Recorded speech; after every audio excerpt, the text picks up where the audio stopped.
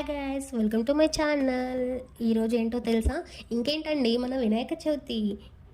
So ఈరోజు మేము మా సెలూన్లో ఎలా డెకరేషన్ చేసామో మీరు కూడా చూడండి. వినాయకుడిని ఎలా ప్రతిష్ఠించామో చూసారు కదా. డెకరేషన్ ఎలా ఉందో మీకు నచ్చితే కామెంట్ చేయండి. ఇంకా దేవుని ప్రతిష్ఠించి దీపధూప నైవేద్యాలు పెట్టాము మేము. వినాయకుడికి టెంకాయ కొట్టి హారతి ఇచ్చి నైవేద్యాలు సమర్పించాము. పూజ మొత్తం కంప్లీట్ అయిపోయిన తర్వాత మా స్టాఫ్ అందరం కూర్చొని అందరం కొంతసేపు భజన కూడా చేశాము.